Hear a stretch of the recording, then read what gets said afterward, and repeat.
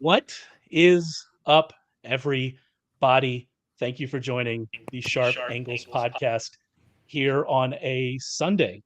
The Sunday, the after week one bloodbath Sunday that we're going to be talking about. This is our recap podcast. If you're listening to us on podcast, we actually do these live on Sunday evenings at 7:30 Eastern. So that's when we're recording. Actually, we still have a few games going on right now. The Chargers and Dolphins are still locked in the end of their game. So if you hear us talk about a few things and or we react to it, that's kind of what's going on. If you are listening to it through the podcast, you should come check us out on YouTube every Sunday evening at 7:30. Go to YouTube, search Warren Sharp, like the channel, subscribe to the channel, and you'll get notifications for when we go live. So make sure you go ahead and do that. But we're going to do this every week. We're going to come in, we're going to talk about the week that was, some of the most interesting games, some of the most interesting situations, talk about injuries, which unfortunately we had our fair share of those in week one, and then try to look forward, look at waiver wire for fantasy, looking forward, and just look forward in general at what we're paying attention to the next week. And I'm going to do that every week with a couple of my good friends. First off, we have Curtis Hirsch over here, Sharp Football Analysis, the waiver guru. How you doing, Curtis? I'm doing good, but week one isn't quite over. The best team is yet to play later on tonight, so I'm looking forward to that one. Yeah, we are recording before Curtis's beloved Cowboys play, and so his how he feels when this podcast is actually released onto the podcast feed might be a lot different than what it is now. I hope that's not the case for both he and I, because I have invested a lot in Tony Pollard, so that would be very good for Tony Pollard to have a big game. Also going to be joined by our injury guru, writes the IR tracker, the injury report over at Sharp Football Analysis, does a great job with that. Tucker Bagley, how are you doing, Tucker? I'm good. As me and Curtis talked about before the show, I'm prepping for a busy week. There have been a lot of big names who are unable to finish this week's action. So already, I mean, I know personally for my fantasy team, I'm down like 3 players in my starting lineup already, and it's been 1 week. So it's been a brutal day so far, but we love it, right? That's why we're here. It is why we're here. It does seem every year. Those of you who know me, have followed me for a little while, know that I used to work for Roto World and wrote the Roto World news feed. And it seemed like these first 4 weeks, for whatever reason, are just the heaviest with injuries. And then we kind of settle into a groove and it kind of gets fine. Do you notice that too, Tucker? Yeah, and it's funny. Like when I was going through the opening week injury reports last week, I thought, man, it's a pretty light week. Like this is easy work. There aren't a lot of big names, and then we had a couple bombs drop on Saturday and early Sunday morning that made me think, wow, maybe not. And then today, I mean, we're gonna go through all the big names that were lost to injury today, and you're right. Like I think September, I don't know if it's coming off a training camp or just getting back into the swing of things, and you end up with a lot of soft tissue injuries. But yeah, early on, I mean, it's looking like this season, a lot of people are going to be hitting the waiver wire hard early this week because you might be out 2 or 3 starters. Well, if you had read the waiver article over at Sharp Football Analysis last week, you probably would have already picked up Puka. I always mess it up. Nasua? Did I get it? I'm not sure. Either way, Puka. We're going to call him Puka. You would have picked up Puka. You already picked up Kyron Williams because Curtis wrote about them last week, and they're coming off a big game. The Rams beat the Seahawks, which I did not expect at all. The Seahawks had 3 total yards in the second half. The Raiders won a close game. The Packers aren't dead. The Bengals might be their offense, like it might be dead. The Bucks aren't terrible. The Steelers might be. It was just a really, really wild week, an absolutely wild week. So is there anything from this week that just really stood out to you when you were looking at, okay, this is just really something I didn't expect? Because for me, candidly, I still think the Rams are bad. I still think the Rams are going to be one of the worst teams in the league. They played the Seahawks tough last year, even after Matthew Stafford and Cooper Kupp were gone. That could just be one of those things where they're going to always play that team tough.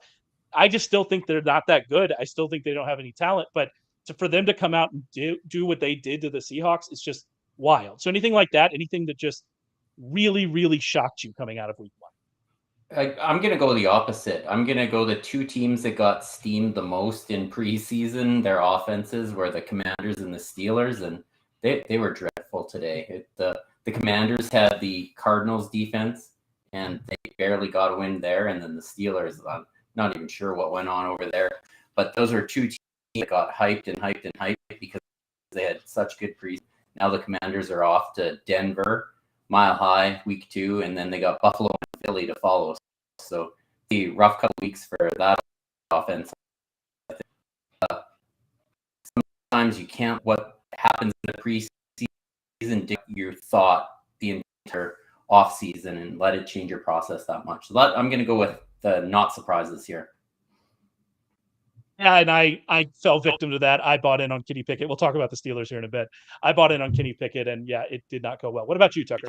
Yeah, I just was shocked at, I mean, maybe not shocked, but just the amount of sloppy play, the amount of turnovers, how defenses really seem to be 2, 3, 4 steps ahead of offenses, especially in the early window. I think the 1:00 games, only like 1 or 2 games went over 40 total points. There are a lot of turnovers, a lot of just, not really good offensive play across the NFL. And I think part of that's because no one really plays in the preseason. Continuity, it's not really a thing. A lot of new quarterbacks and a lot of new places for a week where I think everyone was hyped up, excited for football. And, this Chargers Dolphins game really lived up to the hype. But for the most part, a lot of teams look to be still spinning their tires and really struggling to find their stride. And a lot of teams, like Curtis mentioned, that we were excited about watching, and teams that have Super Bowl aspirations, like the Bills, like the Chiefs, or not the Bills, like the Bengals, rather, didn't necessarily show us the best of what they have to offer. And I think that was certainly surprising a little bit, considering the draws they had week 1, which I thought were, somewhat favorable. Yeah, like the Bengals, like you would think going up against the Jim Schwartz defense and the changes that the Browns are making to their defense, that actually fits in really well with where Burrow has found success, and they just didn't find any of it at all. And so, yeah, it was surprising to come out and see that. But like you said, it's week 1. Like, we'll talk about this. I have some results from last week 1 that I want to reel off here at the end of the show as we're looking forward. It's important not to overreact to some of these. It's going to be a long season. We'll kind of see where it goes. But yeah, it was just an absolutely wild week. By the way, the game, the Miami Chargers game, or the Dolphins Chargers game is over. Miami goes in and gets that win. So there you go. I'm going to stop darting my eyes over here to my left now that one is finished. So let's get into it. Let's start with injuries. You mentioned sloppy play. One of the places we saw sloppy play was in the Ravens and Texans game. I think the Ravens had 13 penalties in that game. Like, it was just absolutely sloppy play. And unfortunately, what we also saw in that game were some injuries. We saw J.K. Dobbins go down, which is just awful given, everything he's been through already in his career. They've already announced it as a torn Achilles. He's gone. We saw Ronnie Stanley go. I actually did not see that injury, but it seems like he's going for an MRI. Tucker, do you have anything more on that Ronnie Stanley injury and what it's going to be? Yeah, I don't have an update on it, but it is worrisome because he's not the only Ravens offensive lineman that went out. Tyler Linderbaum, the center, went out as well. And that's just the top of the tip of the iceberg for Baltimore, who lost J.K. Dobbins for the season, Marcus Williams. He tore his pectoral muscle. He's going to miss quite a bit of time this year. And for a team in Baltimore whose seasons the last couple of years have really been derailed by injury, namely Lamar Jackson, who thankfully, I guess, is healthy coming out of week 1. So that's one silver lining you could say in Baltimore. It's a rough start to be this shorthanded coming out of week 1 with 3 or 4 of your guys that you've been counting on to make a difference this year. That's a tough draw for them. Especially, we think the Bengals will probably bounce back. The Steelers didn't look great, but it seems like the Browns are pretty good. We'll talk about them. I don't think Watson played particularly good today, but they seem like their roster is as good as we think it is. The Ravens, to have those injuries in this division, it's going to be a tough road. But speaking specifically about J.K. Dobbins, what we need to do now from a fantasy perspective is look forward. He is out for the season. We need to think about, okay, what is the waiver wire going to be? Who are we picking up? How much are we spending? And unfortunately, I don't think we probably have all the information on this backfield at this point, Curtis, because I imagine we're going to see Kareem Hunt or Leonard Fournette. Do you think so as well? I have to imagine. The Ravens last year, they kept bringing in old dusty guys they're not super satisfied with Gus Edwards as being the main guy. I think we've learned in the past. So I think Leonard Fournette and Kareem Hunt, probably more Fournette, did the right thing by not signing anywhere, waiting for an opportunity like this.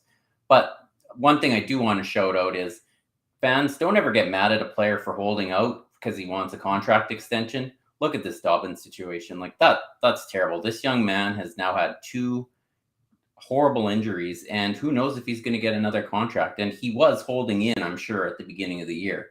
Didn't get his contract, and now look. So don't ever be upset for your players on your favorite team looking out for their best interest, because that's horrible. But yeah, I would imagine they are going to scour the free agency here in the next couple of days to fix that up. But if not, Justice Hill looked okay. Gus Edwards is probably not a guy you're ever going to hand the ball off to 20 times a game. He's kind of a bruising back. So we'll see what happens there, but something interesting to look forward to. You mentioned it is interesting that they've not ever really just devoted themselves to Gus Edwards, because Gus Edwards, last year he was also coming back from an injury, but Gus Edwards has been an efficient running back throughout his career. Like if you go and look, I don't have his numbers off the top of my head. I believe he averages like 5 yards per carry almost every season. Like he's an efficient back. And Leonard Fournette was not that last year. Now it was a different situation. We saw that Rachaad White wasn't either, so it could have been situation. But so if you're bringing in Leonard Fournette and you have a back there in Gus Edwards, Gus Edwards is not going to contribute in the passing game in the same way, but he's been efficient his entire career. That doesn't make a ton of sense to me. You mentioned Hill. Hill did get the 2 touchdowns, but he didn't do a lot on any of his other work. But Hill has had some moments for sure. I do think they bring in a veteran. I think that this team recognizes the situation they're in. The rest, and like that's the thing, is they had 13 penalties, but if you take those 13 penalties out of it, the rest of the offense, you were kind of excited about what was happening even without Mark Andrews. You were especially excited by Zay Flowers and what you saw out of Zay Flowers, albeit against the Texans. The defense, it was against CJ Stroud, but the defense played well, got pressure, forced mistakes. And so this is a team that needs to win now. This is, even with the injuries, this is still a pretty good roster. And I think that means that we're definitely going to see a veteran. Did y'all get to watch any of the Zay Flowers usage? Did you get to see anything from that? That's the game I keyed on this afternoon. And yeah, I think that is the offense. That's going to be their play. Just quick hitters to him, especially if there is any extensive injuries to the offensive line and Lamar has to get the ball out quick. That he's dynamic. He's fun to watch. So I think get your bets in for offensive rookie of the year if you can still get that in. Yeah, I agree. I mean, he had 10 targets in the passing game, 9 catches, which were by far the most. I don't think anybody else on Baltimore had more than 3 targets in the passing game. He had a couple runs as well. It's clear that their offense is pretty much whatever Lamar could cook up, and if not, they're getting the ball in the hands of Zay Flowers and getting out of the way. Let's move on to the Packers, the Packers are a team that I was pretty high on in the futures market, because I think people were just assuming that they would be bad. Now, all they did was beat the Bears today, but they beat the Bears pretty, soundly. And Jordan Love didn't even play well. One of the reasons they beat the Bears pretty soundly was Aaron Jones. And unfortunately, it seems like he went out with a hamstring injury near the end of the game.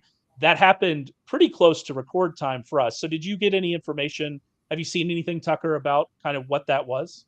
No, I mean, I imagine it's just a strained hamstring right now, which for a running back can be tough. That's something that can be re-injured quite often. So unless it's something incredibly minor and they just held him out because the game was pretty much in hand at that point, then maybe he could be back sooner rather than later. But if it's the kind of hamstring injury where he had to sit out no matter what, that's worrisome to me, because even though they do have AJ Dillon behind him on the depth chart, I don't know, one, how long it could be, but 2, this could be something that lingers for a while.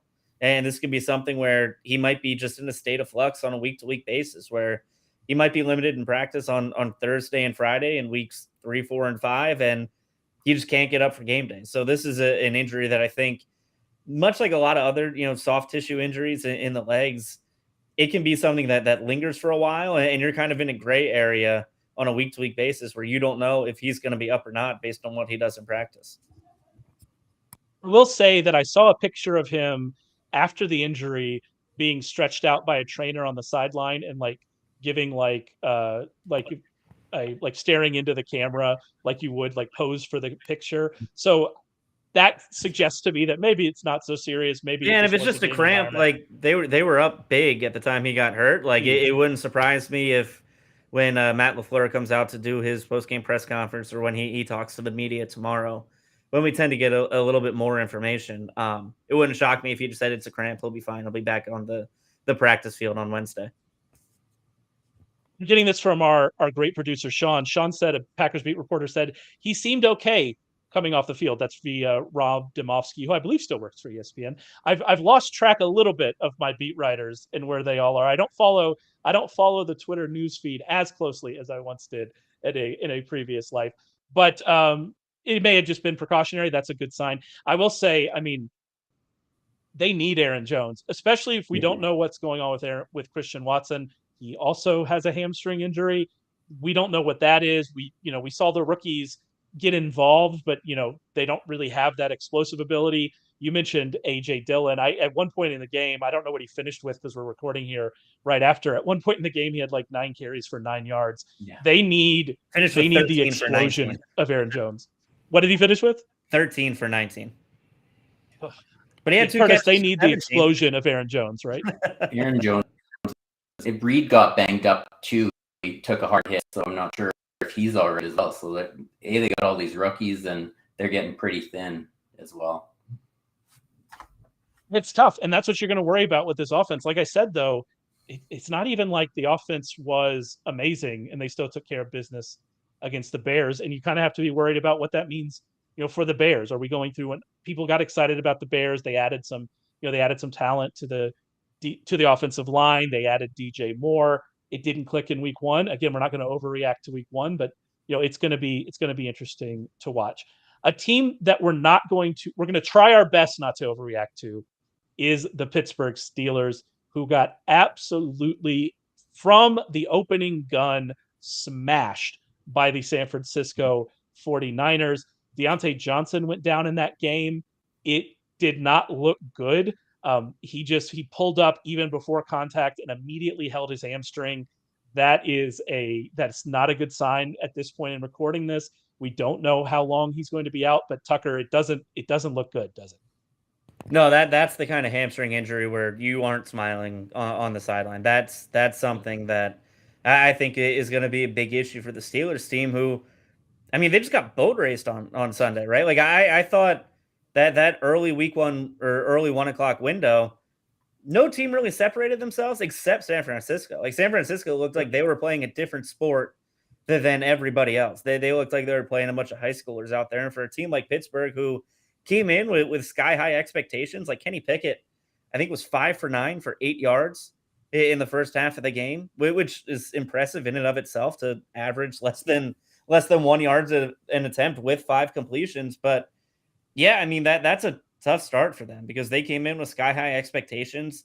Luckily for them, their counterparts in the division didn't necessarily separate themselves, right? Cincinnati, I think, despite today's result, is still the class of the division, and you're still tied with them. But yeah, that's a tough start for Pittsburgh. Now loses Deontay Johnson, and maybe that gets George Pickens more involved in this offense. Pat Freiermuth did have a touchdown, late in the game when it was already out of hand. But yeah, just a tough week and a tough start to a team that was really looking to build on last year's, kind of turn of good fortune at the end of the season.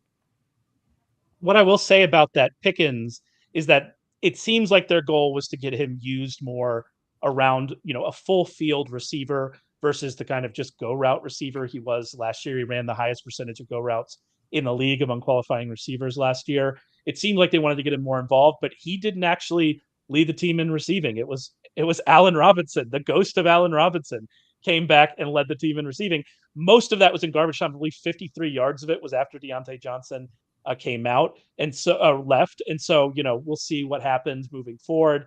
They have Calvin Austin, obviously there. Calvin Austin brings some explosion, but it is one of those concerns. Deontay Johnson, do they have someone to fill that role? We saw Allen Robinson now 2 years in a row not be very good. If you're going to try to put him in a similar role to where they're using where they use Johnson, assuming this is a serious injury. Again, we're assuming that here right after the games are over. It seemed like one. I mean, what are you doing, I guess, from a waiver perspective with this Steelers wide receiver situation, Curtis? Staying away. Pat Freiermuth to the moon. I would say if as long as he was okay, he got banged up as well. I don't chest trust injury, Canada to get Calvin Austin anything more than go routes. He's indeed, but is he going to draw up a game plan where he can be successful? I like the talent, but I just don't know if it's the coordinator to trust there. I want to shout out like Kyle Shanahan, Mike McDaniel. Looks like they're playing chess when the rest of the league is playing checkers, because both those two guys brought it today. Kudos to them. They absolutely. Yeah, they absolutely, like, from the get-go, like I said, from the get-go, it was very clear that the 49ers were going to win this game. And like, you look at Pickett, and I bought in a little bit in the preseason, and you look at kind of what was happening to him. He was getting pressured a little bit. He was sacked 5 times. He had 2 interceptions, but the Steelers couldn't run the ball. Even before Deontay was gone, they couldn't throw the ball. They had like some spurts of success, but that was it. And so like the 49ers showed that defense is still there. It's still elite. And then on offense, that is where the, the real kind of special thing that you saw for the 49ers that makes you think, okay, especially with the Eagles kind of struggling against the Patriots, which I didn't expect, going up 16-0 and then kind of having to hold on to win. If Brock Purdy is going to look like what he looked like today, then the 49ers might need to be the favorite in the NFC, because last year what we saw from Purdy at the end of the season is if he got under pressure, it still wasn't good. He just wasn't pressured a lot. His pressure rate, his completion rate under pressure last year was 47.7%. 21.5% of his throws were inaccurate. I don't have those numbers, obviously, for this game because we're right after this game, but just from the eye test, it seemed like he was getting pressure. TJ Watt was getting after him, and it didn't matter. He was still able to run this offense. He was still able to get Brandon Ayuk, who looks like an absolute star. Please keep throwing the ball to Brandon Ayuk. Please, Kyle Shanahan, keep giving the ball to him. And I mean, like, this team looks like a juggernaut where I wasn't worried about it because this roster is one of the best in the league. They have a great defense. They have maybe the best group of weapons around Purdy. But I was like, okay, what are we going to see out of Purdy? Coming out of week 1, Tucker, I mean, they have a case. Are they the best team in the NFC, you know? Yeah, it's funny. I was kind of watching all the pregame coverage this morning, and the thought came to me, he's only played 5 games. We've seen bad quarterbacks have good 5-game stretches. Maybe I'm not all the way sold on Brock Purdy, and I think he answered any question you would have had about him coming into today. I was really impressed. His ability, you're right, to stay calm under pressure. He was flushed out of the pocket a few times, was able to keep his eyes downfield and make plays outside of the pocket with his arm. He looked the part. He looked like a veteran quarterback. It wasn't like, Kyle Shanahan was pulling out bells and whistles like he did when he had to call plays for CJ Beathard and Nick Mullins and whatever slop he was handed his first couple of years in San Francisco. He looked like an NFL quarterback running an NFL offense. And I think if you're kind of going to evaluate every quarterback and their performance just from today, he'd be up near the top. I don't know if he'd be 1, 2, or 3, but I don't know how many guys had a better day than Brock Purdy or looked better, from whistle to whistle than he did on, Sunday against the Steelers. You have any more praise to shower on our now future king, Brock Purdy, Curtis? No, pretty impressive what he did today, considering he hadn't thrown the ball, what was it, past 10 yards in the preseason? like that report, I think that's what shocked us right all before the game was wild. Like the report right before the game where they said like they didn't know how much velocity he had. Am I remembering correctly? Yeah. Because we don't know if he can throw a fastball anymore, and he comes out and absolutely steams them in the first quarter. So I think that's what adds to the impressiveness of it, because we didn't really know if he was 100% healthy, if he had questions in his own mind, can I throw the ball down the field? And he just absolutely torched the Steelers. But I was actually just reminded by again our wonderful producer Sean. He's gonna keep us on track here. on these Sunday shows. There's so much going on here as we're recording. He's doing a great job keeping us here on track. About Jacoby Myers, actually, and I'd forgotten about that. I was kind of getting ready for the podcast. I didn't see the hit, but I saw the aftermath. And Jacoby Myers, he's getting tested for a concussion. I mean, based on what I saw on the field, Tucker, did you see kind of what happened there? Or, I mean, he was out on the field. They had to come out and get him. It looked, he walked off on his own power, but I mean, it didn't look great for sure. Yeah, it wasn't something where he walked back to the locker room. Like, you knew when it happened, and it was obvious. I think it was one of those injuries where they cut to commercial, so they can get him off the field and get things going. But yeah, that's something. I don't have their week 2 opponent in front of me, but I can't imagine he's going to be out there for week 2. It's probably something they're going to try to be very cautious with. I think the NFL, especially after everything that happened last year with Tua Tagovailoa and the other concussions, I think there's probably going to be a concerted effort after a big collision like that to keep him on the sidelines until he's 100% okay. And he actually had a really, really big game ahead of that injury. Before that injury, had 9 catches for 81 yards and 2 touchdowns. I mean, he had more targets than Davante Adams, which, I mean, if you're going to start to get concerned a little bit about Davante Adams coming out of that, I mean, Jacoby Myers has proven himself to be a target earner. He did in New England. Davante Adams is one of the best receivers in the league. I didn't expect to see this. I mean, of course, the Broncos have Patrick Surtain, and so maybe it's just a 1 week thing. But yeah, it's going to be interesting to see how this offense goes. Do you have anybody just off the top of your head, if Jacoby Myers is going to be forced to miss time, and like Tucker said, it seems like that might be where we're headed. Do you like anybody in this passing game, or is it all Devontae and all Jacobs all the time?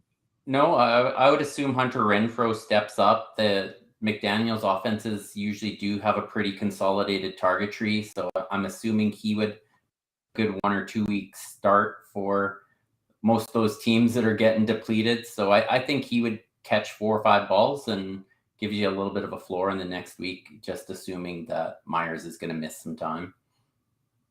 Hunter Renfrow, I don't believe he was targeted today. We also didn't get a target from Michael Mayer, if I'm looking at this correctly. We did get 1 target to Austin Hooper. It literally was 19 targets.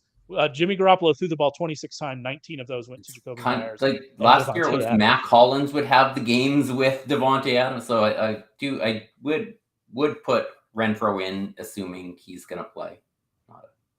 Yeah, it's like they're going to have a second one. I mean, maybe Devontae's just target Devontae 19 times and see what happens. Like you might as well do it, right? Let's move on to, is this the most shock? Was Bengals Browns, like, in a day of just like shocking performances coming after a Thursday where the Chiefs lost to the Lions? Obviously the Lions, we think there's a pretty good team. The Bengals going in, scoring 3 points, albeit in inclement weather, and just getting kind of destroyed by the Browns. Joe Burrow, like, they pulled Joe Burrow out of this game before the game was over. To me, it seemed like they were pulling him out even a little bit earlier than maybe you would expect them to. Is this the most shocking performance of the day, do you think, Tucker? Yeah, I think so. And that was the game that I wasn't really going to keep my eye on that much. Like, I had NFL Red Zone on. I had Sunday Ticket on a couple other games in that early window. And I looked at the box score. I'm like, wait, that's odd. Joe Burrow's only thrown for like 30 yards in the first half. And man, they haven't really scored yet. And I think they kicked a field goal at the end of the first half to at least cut. I think it was like 10-3 at that point. But yeah, I mean, they didn't look like a team that a lot of people expect to be at the top or near the top of the AFC. Joe Burrow really struggled against Jim Schwartz. They struggled to get Jamar Chase involved. He only had like 5 catches for 39 yards, even though he was targeted 9 times. And T. Higgins, a guy who's looking for a big contract. I think that was kind of the biggest hole. I don't want to place the reason they lost on a wide receiver. I don't think a wide receiver ever holds that much blame unless they're maybe Kadarius Toney from Thursday night. But T. Higgins had 8 targets and 0 catches, right? Like they made a concerted effort to get him involved in the offense, and it just didn't happen. And credit to Jim Schwartz and that Cleveland Browns defense for holding them out and shutting them down. And basically at the end, Zach Taylor just pulled Joe Burrow I think is an act of mercy because he just didn't want him to go back out there and have to put up with whatever they were facing. But yeah, I think as we look forward to week 2, a team that I now have circled on my calendar is Cincinnati, because you imagine and you assume it's just a 1 week blip and they'll figure it out. And we've seen good teams that have bad opening weeks and just a bad game plan that they couldn't figure out. But I think of all the teams that struggled, they're the biggest eye opener by far. I think it's important what you said, that we're going to look forward, because Burrow is now 1-3 in week 1 games. This is not the first time this has happened. He threw 4 interceptions in a loss week 1 of last season. And so this isn't the first time we've seen this. It is a bit surprising. And I don't have, again, we don't have the numbers coming right out of the game. It seemed to me from the eye test that the Cleveland Browns under Jim Schwartz really ramped up the amount of man coverage they were playing, which makes sense for them as a defense, because last year they were 4th in defensive success rate when playing man coverage, but they played man coverage at the 22nd highest rate. That's part of the reason probably that they have a new defensive coordinator. And so but Burrow's normally been pretty good at that. And the Bengals have the players to beat that coverage, and they just didn't in this game. Maybe the weather played some role. Maybe the fact that Burrow missed the entire preseason played some role. The Bengals, I still think, are very good. I think this is very interesting about the Browns, because I thought the Browns coming in had a very good roster, and I just didn't know about Watson. And I still kind of don't know. Like, they're coming off this giant win.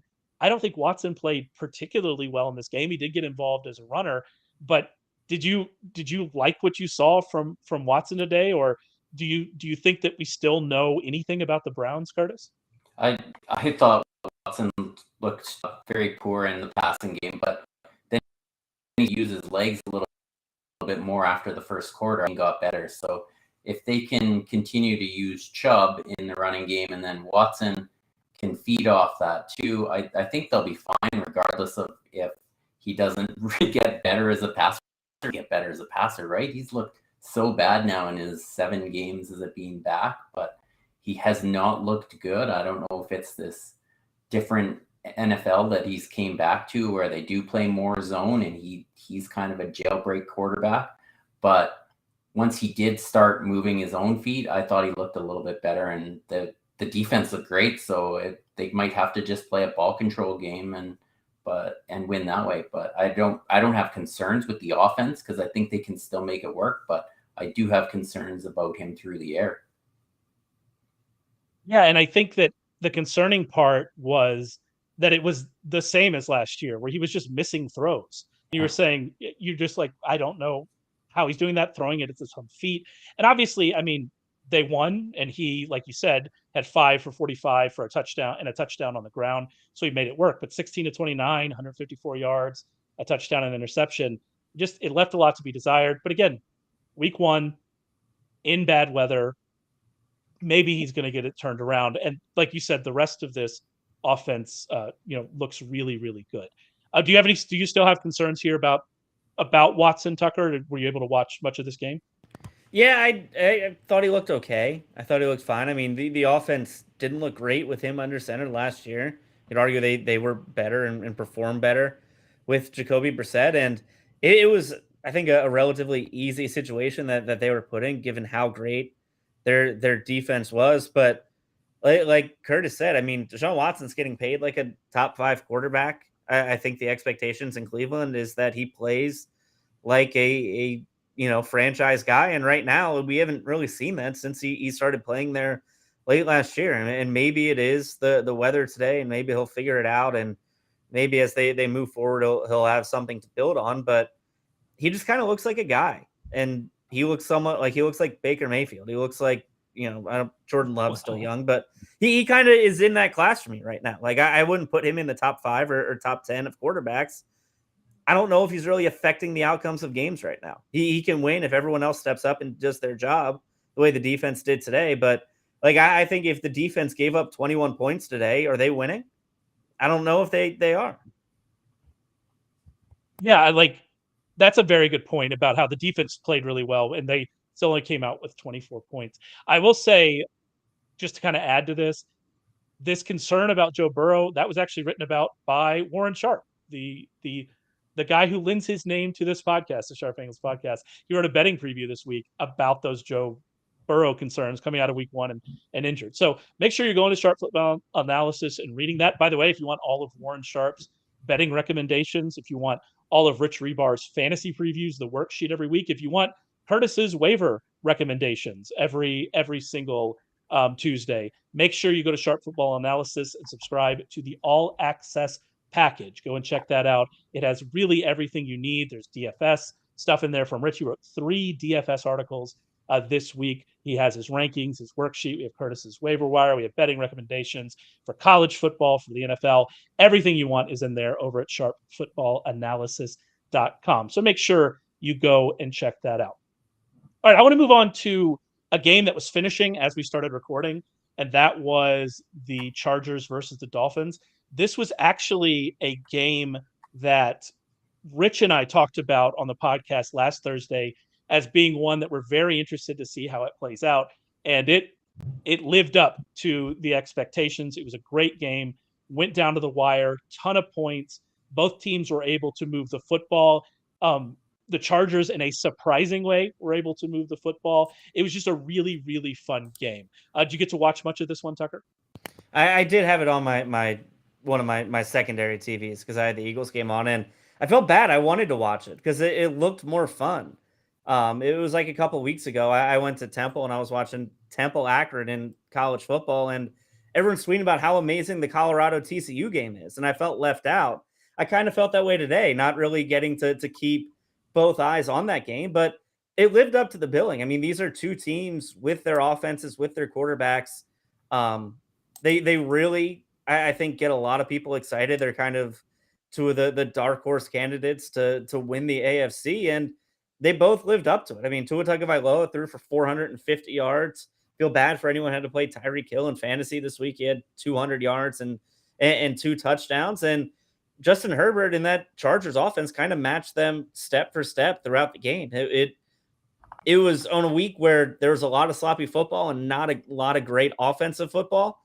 I think Dolphins Chargers was probably the best matchup of the week by far.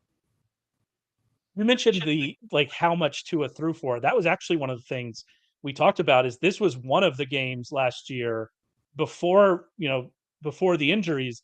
This was one of the games last year where he struggled. It came right after the 49ers game as well. They were both on the West Coast, and they struggled against this defense, and they really couldn't throw over the middle of the field. They couldn't throw down the field, and we did not see that at all today. We saw Tyreek Hill be able to get whatever he wanted down the field. Like you mentioned, Tyreek Hill had 215 yards and 2 touchdowns on 11 catches. He was running wild down the field.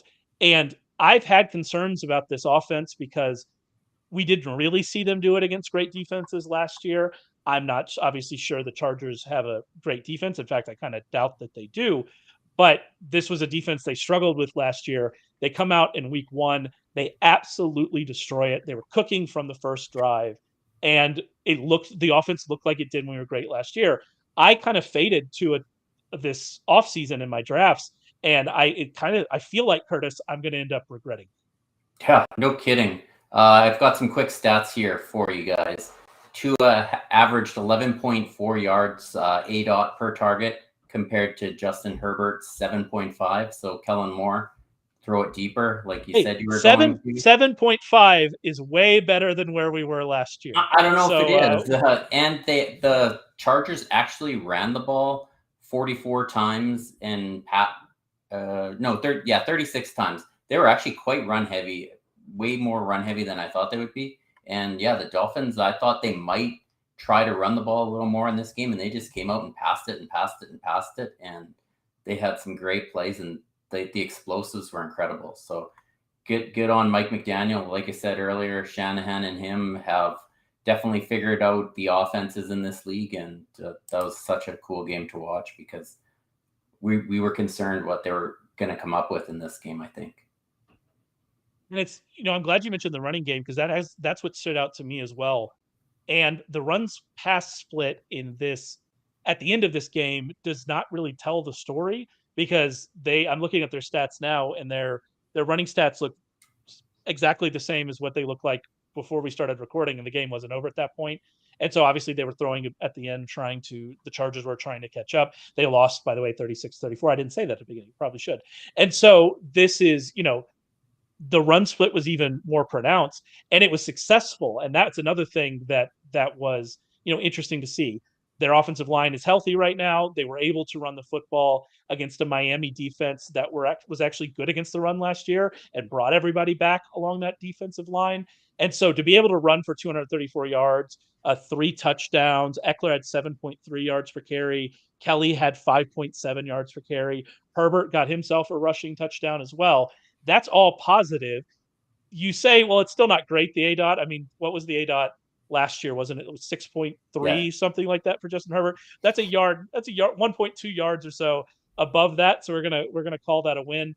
Does that still happen if we don't have Mike Williams out for some of the game? Mike Williams did come back, I'm pretty sure, right, Tucker? Mike Williams did come back to that game. Yeah, he came back and finished the game. Yeah, so they were missing him for a little bit. So it is going to be interesting to see how that plays. My question is kind of moving forward with this. Was that running a function of this is how they thought they should attack the Dolphins defense, which, we do have a new defensive coordinator in Fangio. Maybe that's what they wanted to do against that defense. And maybe that's why we saw this. But if this is just what Kellen Moore wants to do, and what we saw, in Dallas in recent season, that was just Kellen Moore being Kellen Moore, and we put too much of that blame on Mike McCarthy.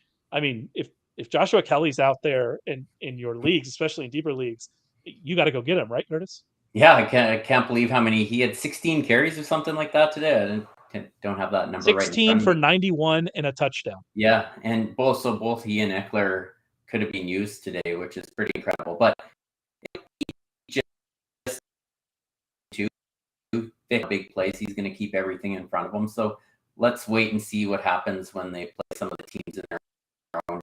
It up a little bit more. So let's not overreact to this one. If Joshua Kelly's out there, go get him, but maybe don't start him. Have him hold a bit. I think that's the key. We need to see. This is just the key of everything, right, Tucker? For week one, it's like we're trying to take these big ideas out of week one, and the answer is, well, I guess we'll see, right? Right, and that's kind of the death of sports talk, right? If you say we'll see, that's pointless, right? You can shut it down and go home, and there's no point in watching this. But it is tough because as someone who, if your running backs struggled the way mine did this week, and as someone who had like Antonio Gibson, and clearly he's never going to get the ball again after that first half fumble against the Cardinals, you kind of look around and do you take a shot on someone like Justice Hill, or are the Ravens going to go out and add a big name free agent the way they have in the past, right? Think about what they've done when the running back room has been decimated by injury in the past. They brought back Le'Veon Bell at one point to try and shore up that rushing attack. I'm sure a lot of people remember the Le'Veon Bell Ravens era, but do you go with that? Do you go after someone like Joshua Kelly? Do you think someone like Kenny Gainwell, who I think a lot of people thought was probably third on the Eagles depth chart, had like 15 touches in the first half of that game against the Patriots today? He is really the starter. Yeah, like he is the starter at this point in Philadelphia. Like I don't think we really believed it, but there's no doubt about it. Get this out there that he is the third best back on that team. Like, DeAndre Swift is a good running back, and Penny is elite when he's healthy. He is the third best back on that team.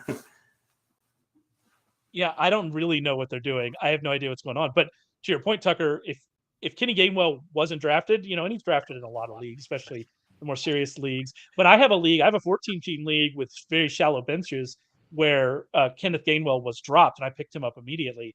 And so there are going to be leagues where he's out there, and you're right, he's just the starting running back. Will that be the case next week? Again, I'm going to make you mad here, Tucker. We'll see. I don't. Yeah, I get it because I'm right there with you because I think there are probably a lot of people who, if you lost your week one matchup and you need help, it kind of happens every year where someone explodes week one and you think that's going to be the guy, and you waste all your waiver funds or your spot on the waiver wire to pick up this guy. And it really was just a 1 week wonder. And he goes back to being what we thought he was going to be, in the preseason before week one, because, maybe it was just a matchup advantage that coaching staff thought. And I think it's really tough for a league where right now I think it's pretty thin at running back and got even thinner with some of the injuries we saw today, who knows, kind of where everything is going to lead for a lot of these teams. Like, can you count on Joshua? Like, I know Joshua Kelly's probably out there in like 90% of leagues right now, but is he going to go out there and get 16 touches every game? Probably not, but I'm sure there are going to be quite a few people in almost every league who think he will be, and will try to jump on him immediately when the waiver wire opens on Tuesday. Absolutely, because you have to take chances. And by the way, this is just kind of a strategy thing. Spend your money early, save some, obviously, but getting a running back that is going to be able to start for you for several weeks in week 1 is more valuable than in week 13, just because you have a longer time period for that player to start for you. So I'm always very aggressive in the waiver wire in week 1, and sometimes it burns you. Like, it's going to burn you, but if you hit, it's going to be very good for you. I have a note here in the rundown that is just Arthur Smith hates fantasy football. What is that, Curtis? What do you mean? Yeah, take it with the Falcons. They won today. Of course, they always win, and they had Tyler Algier led them in touches. They have 3 players they drafted in the top 10 that he out-touched today. Pitts and London combined for 4 targets, and I know that'll be like the main thing on X, that is how they didn't touch the ball. And Art Smith doesn't care. He won the game handily. And they are going to be a team that wins a lot of games this year, where I think we're a pro Falcons podcast. And Falcons are the team of sharp football analysis. Rich was the only one that wasn't in. And then he drafted the Falcons in our win total draft that he and I did with Lauren. So the Falcons are now officially the team of sharp football we are analysis. Tony Pollard Falcons. Sharp football is our 2 guys this year. But they're going to win games, but you can't trust any of their players other than the running backs, it's crazy, because he devised the game plan. They won. Ritter got sacked a bunch of times. It looked like he struggled a little bit. When he actually threw the ball, he was good. But yet again, they've got these studs out there that he hasn't had to utilize. So it's kind of crazy. What is the ceiling when he does utilize Drake London and Kyle Pitts, when they do start hitting some explosives with those guys? So I think that's an offense that, like, look out. I think there's a ceiling there that we haven't seen yet. But again, 1 target for Drake London today. What are we doing? Well, I have to give Curtis more props here, because I'm looking at this Rams. So the way that the multi-view worked on YouTube with the new the new Sunday ticket is the one game that wasn't on my multi-view was the Rams and the Seahawks. I didn't watch a ton of that game, and then I'm rolling into I'll watch it a little bit later. I roll into the box score, and Puka had 15 targets, and you had him in your waiver column. Kyron Williams had 15 carries and 2 touchdowns. You had him in your waiver column this past week. I mean, Tutu Atwell had 119 yards, right? What are the Rams? Who needs Cooper Kupp, right? Like, just pick up all these guys, you're gonna be fine. Huh? That's kind of what he's hurting Cooper Kupp's trade value. Don't let Puka have any more games like this. But yeah, that's going to be the big waiver ad. I'm excited to see how this week goes. But if he's available, people are going to be excited about that. He was leading the league in targets, so I'm not sure if Tyreek Hill got ahead of him there at the end. But the most targets in week 1, Puka Nacua. Crazy. Nacua. I'm going to get it right. We're going to move forward with me getting Nacua right. It is, that could be a good, we're talking about, we don't know what these running backs are. And I mean, if Kenneth Gainwell's available in your league, you're going to pick up Kenneth Gainwell at this point. But if you don't really need a running back, the fact that we had these injuries, the fact that there are going to be some running backs out there, the fact that people will be taking some speculative bids on the veteran running backs if we don't get news on that before waivers run on Tuesday night, Wednesday morning, you might get a little bit of a discount here on Puka. And this seems like the situation. We have no idea when Cooper Kupp is coming back. We have no idea what his injury is. All we know is he's on injured reserve. That's it. He has to be out until week 5. We have no idea if he actually will come back in week 5. We don't know about this situation. If Puka's just going to come out here and get, 10 to 15 targets a game, and you're able to get him at even, what are you thinking, like 30%? Like, how high are we going? Yeah, good question. I'm going to have some time to digest this, take a little bit of look at that game, because then that's staggering numbers for his first game. What was he, a late round draft pick, and he just comes out and blitzes for 15 targets in his first game, 100 yards, pretty crazy. And you also have to say it is always fun when a player that the fantasy community has been talking about literally the entire offseason, when they come out and hit in week one, it's always fun. These guys because never it's fun hit. for Dude, that's on the thing. These guys never ever they hit. never hit. That's the fun. Yeah. And so the victory lapping on, I'm still going to call it Twitter. I heard you call it X. I'm still going to call it Twitter. The victory lapping on Twitter was fun because everybody had the same thought. All right, we've been here 50 minutes already. We're going to start getting out of here. Before we do though, I want to look forward to week 2, and I want to think about, what are we paying attention to in week 2? What are we thinking about? What's a storyline we're going to be looking at? And so what are we watching? What are we watching for week 2, Tucker? My big thing is I want to watch these teams that struggled and see what's real and what's not. Because I think we came into the season and you could probably say there were about like maybe 7 or 8 teams who were true bona fide Super Bowl contenders. And outside of San Francisco, I don't know if any of them played really well. San Diego, had a tough game against Miami, but like the Eagles struggled against New England and barely came out on top.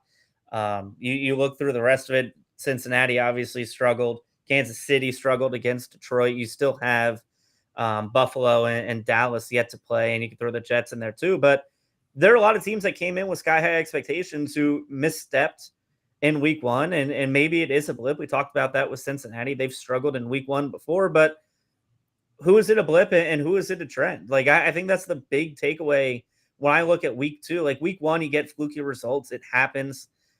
Different things can make for a weird game sometimes. In week 1, you can catch a team off guard after like 6 months of preparation. But if you lose week 2, if Cincinnati comes out in week 2 and struggles just as much, that's when I start raising the alarm and the red flag and worry about that. So these teams that came in, hoping to hoist the Lombardi trophy in February, that lost week 1, that are off to an 0-1 start, it's easy to come back if you're 1-1, but digging yourself into an 0-2 start is really tough to get out of. And if I'm the Chiefs and I'm the Bengals, I'm worried about what's going to happen next week. And you don't want to throw out must win in week 2, but I need to see improvement from both of them because those are 2 teams I think a lot of guys are tied to moving forward, whether it's on the futures market or fantasy or whatever it may be. Neither one really stepped up or lived up to the hype in week 1. The Bengals have the Ravens next week at home, I believe. And then the Chiefs have the Jaguars on the road. And so it's not like you're walking into easy matchups. Although what we saw from the Jaguars today against what I still think is probably not a great Colts team, maybe that's not going to be as tough a challenge for the Chiefs. Mine rolls right into what you're talking about is when we're thinking about these games, are we overreacting? Are we just reacting appropriately to what happened? And it's hard to know, but I always want to bring up last week 1. All right. Last week 1. Here's some results from week 1 of last season. The 49ers lost to the Bears, albeit in a tsunami, essentially, right? Not a tsunami, a monsoon. Like it was very wet there, but they lost. The 49ers lost to the Bears. The Bengals lost to the Steelers. The Jaguars lost to the Commanders. Dallas scored 3 points against the Bucks and lost against the Bucks. So like you look at kind of all that and you say, all right, maybe week 1 isn't the end all be all. And we'll see where we are here in a little bit. What about you, Curtis? What are you looking for? I'm excited about Ridley against I don't push back as I would like today. Like they pushed them a little bit, but I'm looking forward to seeing that game. I still think some of these quarterbacks have better in them. Lamar, Trevor Lawrence, Mahomes, they all finished with negative EPA per play. So I'm looking forward to these good offenses getting back on track. They had a full off season to prepare for this one opponent and they struggled. So I'm looking forward to them turning it around and seeing some big high scoring games next week. This is for most of these with the track record, we're just going to assume it's a blip, but I mean, you kind of would assume the same thing about Russ last year too. And that didn't go well, but that's it for us. We're going to get out of here. We're going to check out the Sunday night football game. Thank you for listening. If you listen live, thank you for downloading. Download the podcast. Remember, if you downloaded the podcast, we do this live every Sunday on YouTube. at 7:30. So make sure you go to YouTube, search for Warren Sharp, and you'll find our channel there. Subscribe, and you'll get notifications. We'll be back next week to do this again. Thanks, Tucker. Thanks, Curtis, and we'll talk to you all then.